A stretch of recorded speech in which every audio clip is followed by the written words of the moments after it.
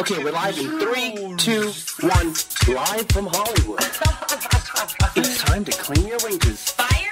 And climb into bed. She's a big prostitute. Not voted number 1 by anybody. Morning Los Angeles. This is Laid Off in LA. Laid Off in LA. Laid Off in LA. So good morning. What a gracious, wonderful. Gracious. What are you chanting from the trolley, from the top of the bell tower? Good morning, what a gracious. That's a Rapunzel. That is our Rapunzel's in studio today, you know. But in studio today we have some great guests. I'm really excited, genuinely excited. We have DJ Morningstar. We have a few call-ins. We're going to give him a ring. DJ Morningstar, he's a DJ and producer. He does a lot of shows internationally. He's really big here in LA and in Las Vegas. He's actually opened for Kylie Minogue. And he's got a big announcement to make. You're going to hear it first on Laid Off in LA. We're going to talk to him a little later. And then our follow-up is Myra Tretter. She's a former Lakers girl. A treat for all the LA sports fans, especially Lakers fans. You see them dance, cheer, and shake their pom-poms. What really goes on off the court. Off the courts, in the locker room, in the club.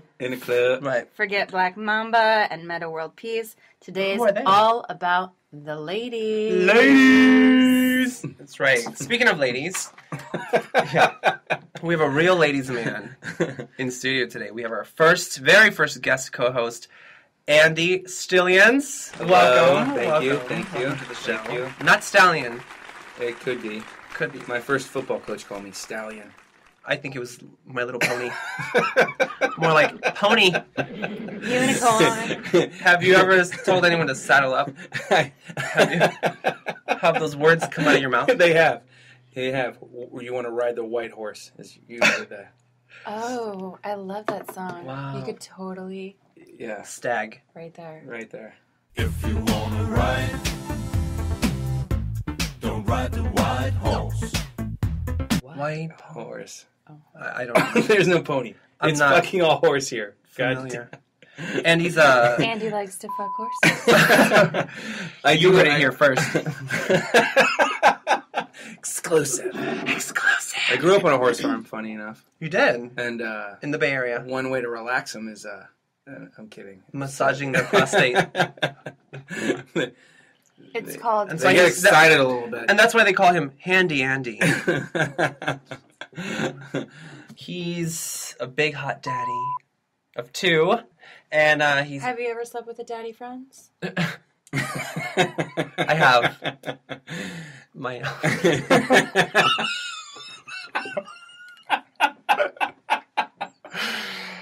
Interesting. Is that- exclusive here, folks? You heard it here first.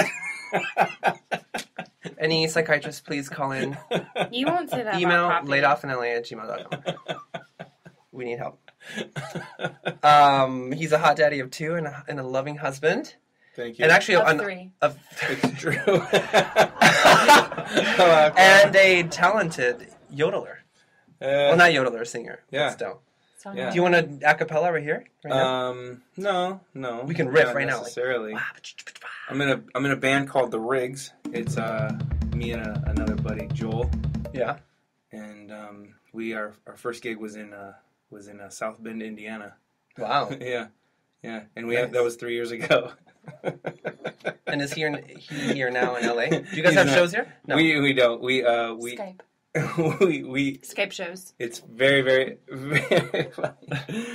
Well, I travel. We meet. We see each other about once a month. He has 2 boys. I have Nice. 2 boys, and we try to get together and go on surfing trips and camping, and then we rehearse our songs. And just recently got a friend that owns a club, a country and western club in Los Angeles, and we'll be performing Really? in like a month. Yeah. Wait, you know what you should perform is Oil Can Harry's. Have you heard of that? It's No. right here on Ventura. It's actually the oldest country western gay bar, I think either in the valley or the city. Really? Yeah, they have a stage and everything. Fascinating. We'll hook you up. We'll do it. We'll hook up and we'll hook you up.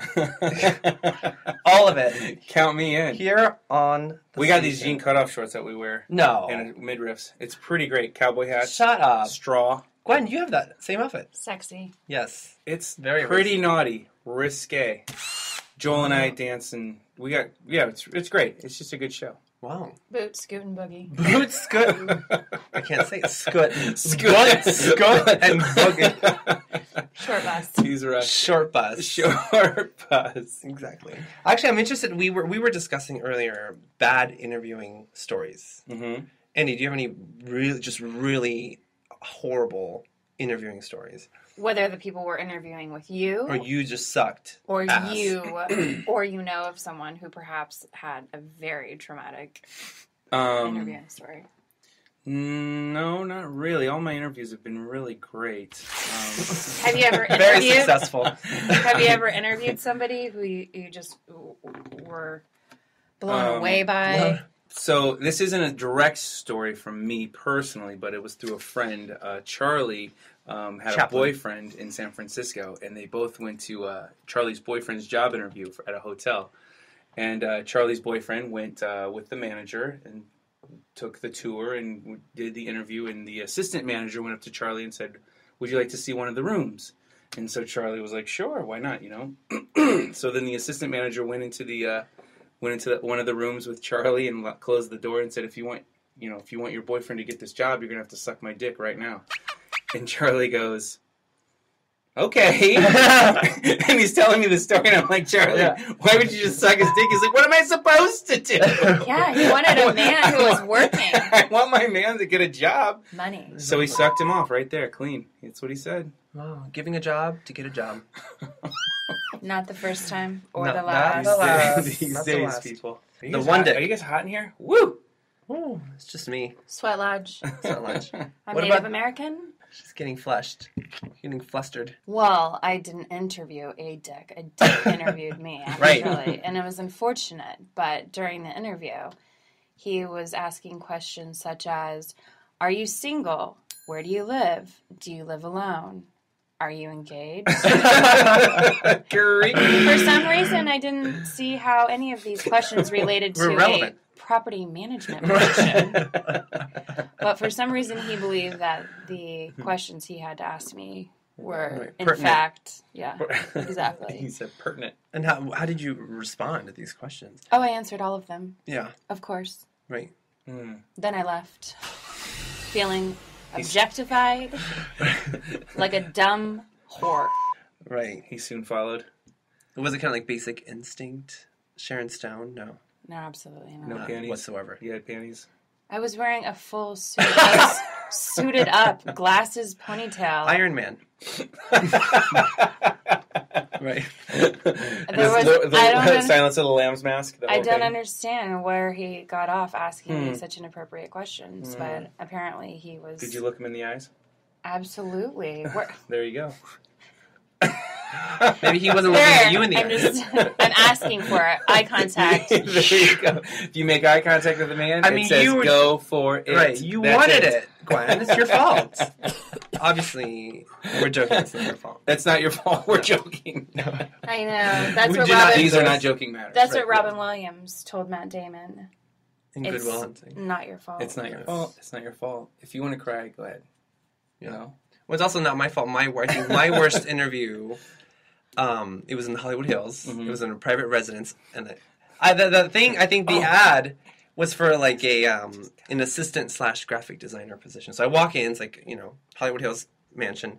Walk in. As soon as I walk in, this guy answers the door. I look to the right. There's a couch with a naked woman on it. Casting couch. Casting couch. There was a naked woman on it, and there's a guy in front of her videotaping her. And she's like, "How should I do it? Like this? Like this?" That's how we met. Remember, I was the woman. That was you, and that was Gwen, and that's how our friendship began. Right. No, and then he goes, okay, right this way to the left. So he scurried me onto the left. He had me, I sat there for an hour, watching airbrushing a woman's vagina to make it brighter and cleaner. How about that?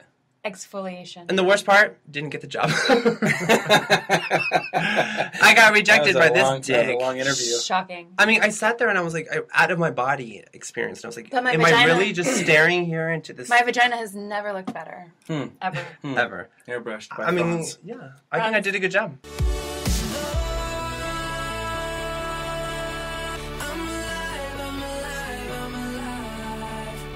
So, have you guys been following this crazy sorority letter story? Yes. It Yes. is insane. I can't even imagine how... It is insane. I mean, she must have been fucking high out of her mind. For those of you who are not aware, basically this student at the University of Maryland, her name was Rachel now, she wrote this scathing letter to her sorority sisters where she says in it, "Are you people fucking retarded?" That's not a rhetorical question. I literally want you to email me back telling me if you're mentally slow so I can make sure you don't go to any more nighttime events. I was just shocked. I mean, I read this like over a week and a half ago, and now Michael Shannon has parodied it on funnyordie.com. So you should all check it out. Go to funnyordie.com. Michael Shannon. It's amazing. He does this monologue about it. And my next favorite quote is, "I will fucking cunt punt the next person I hear about doing something like that." Amazing. To quote. Unbelievable, yeah. I mean, the fact that she decided to not only just type it out and write it, but that she actually hit the send button. And But I mean, I think she came back from like a keg party, was doing keg stands. The head got to her head. head got to her head. Head got to her absolutely, head. because She she gave was head. also mentioning about being a cock block for this chapter and how she was not going to stand for it. I mean, So- the whole thing is F this, F that. I mean, Yeah, too many F-bombs in this one, but basically she gets her point across, and it's unfortunate. And at the end, obviously, she makes her point loud and proud. And for those of you who are offended at this email, I would apologize, but I really don't give a fuck. Go fuck yourself. So from this point forward, obviously, there have been repercussions. I bet she's not in the sorority house anymore. No, she was absolutely deported. Absolutely. There was Back no to way. Kansas. Right. Yeah, no way. Exactly. Well, I mean, were you in a sorority? No, I wasn't. Okay, I was maybe in it for 2 months. The sorority? And I was in a sorority for 2 months. Can you believe it? I mean, this Adam's apple. Scarves. All year long. But actually, I want to actually call up a friend of mine. She was a former sorority house president, and she can give us more insight into what the fuck is going on in here. And she can explain to us what exactly a cunt punt really is. Call her right now. Her name is Christine. Okay, we have on the phone here Christine Hasser-Koglu, a former USC sorority house president. How are you, Christine? Hey, how are you guys? Wonderful. Calling from the East Coast. So we want to get right into it. What was your first reaction when you read about this letter? One of my sorority sisters posted it on my timeline on Facebook with the caption of, "This girl's definitely the social chair, reminds me of you." Oh, no. And I read it, and I laughed hysterically and reposted it for all of my girlfriends to see. I mean, did your jaw just drop? Were you shocked? Of course. Like, everyone, if you're in, like, a lower tier sorority and you're really trying to, like, claw your way to the top socially in terms of, fraternity relationships, the thoughts running through your mind are similar to what she wrote. You just don't ever say them or write them down. Right. Exactly. You just whisper it to another girl. Yeah, exactly. You just go in your room and gossip about it. You don't post it on the internet, but... I mean, have you ever read or heard of anything like that before? I mean, at USC, there was that Kappa Sigma fraternity email that got sent out about a year ago about, Really? Hooking up with girls and What? different kinds of girls and how many points you would get for hooking up with different kinds of girls based on, like, ethnicity and this and that. Like, that was pretty fucked up. Oh my God. I wonder how many points I was think it was worth. even worse than this email, but this email has gotten a lot more publicity. I mean, I definitely think it's blown up, mostly because of her choice of words, they're funny. Like, it's a hilarious letter. It's totally wrong. Right. And not kosher, but What was there your... are so many great phrases and like excerpts that are just Oh, yeah. so memorable. You can't stop reading. It's like a car crash. Have you ever said any of those terms or words or phrases to any other sisters? I mean, our phrase was "Don't be dumb." We would always tell our girls Don't that, be like, dumb. "Don't be dumb." Don't be dumb. And that applied to so many parts of Right. our lives in sorority. Right. Gwen tells me that all the Don't time. be awkward for sure, but I mean, these are some classics like cunt punt. That's Right. awesome. My girlfriends and I have started using cunt slap, Right. Cunt punch. Like, we definitely want to invent a cocktail called cunt punch. Like, we're all about it. Right. Have you ever cunt punched